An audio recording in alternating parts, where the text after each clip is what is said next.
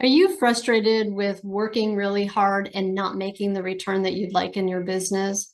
And are you finding that you work a lot of hours, but it seems like the rate of return and how much you actually make at the end of the day and a paycheck and a net profits at the end of the year isn't like really measuring up?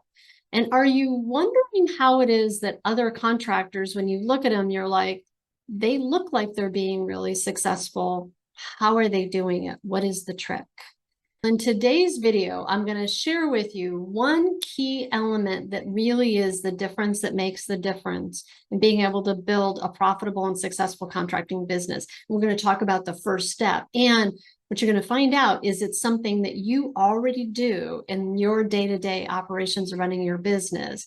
And that if you apply that to the way that you run your entire business, not just projects, you're going to discover the secret to building a more profitable contracting business where you get a higher rate of return. Hi, I'm Vicki Suter with Suter Business Builders, and for over 25 years, I've been working with contractors and helping them understand what are those key elements that drive their success and how do they get more control over those key elements. When my client Andrew first came to work with me, he was struggling with some of those same things of he wasn't really taking very high salary and he wasn't really making very much on the bottom line, really pretty much only enough to pay his debt down every year, didn't have any cash reserves, and was really struggling with this whole idea of how is it that I get ahead? I'm working so hard. And he was really frustrated that he wasn't getting the return for the amount of work he was putting into it. And one of the first things I asked Andrew was, do you have a plan and do you have some goals set for your business about how much you want to make? Like even like what you want to make in a salary or what you want to be having in cash reserves in your business? And he said, no, I don't really know how to do that. And I said, well, I'm going to show you how to do that. And just like when you work on a project, the very first thing that you want to focus on is where you want to go. What's the end game, right?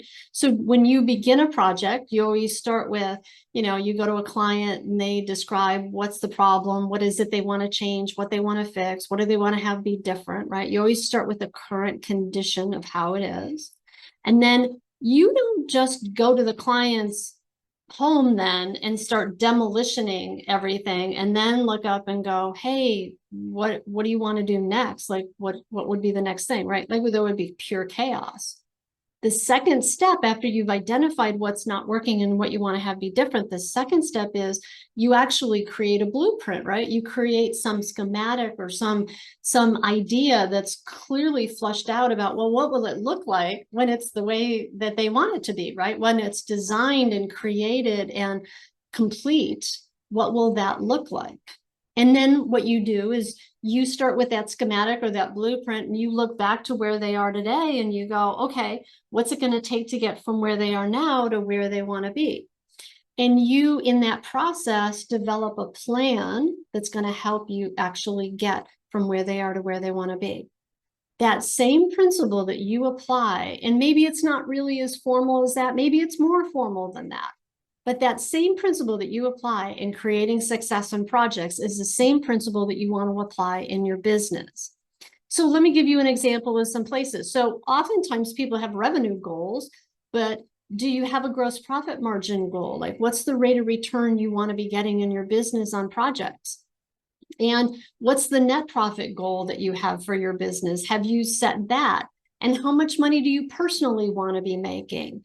And then how much money do you want to have in cash reserves? Like if you don't decide those things and you haven't clearly defined what's the criteria for success for you, then what ends up happening is you sort of get the dregs of whatever's left over. And regrettably, I see that so many times people run their businesses with sort of like, well, I get whatever's left over, as opposed to asking for what they want, creating a clear picture of what that is, and then looking from that end back to where they're starting out and going, okay, how can I, right?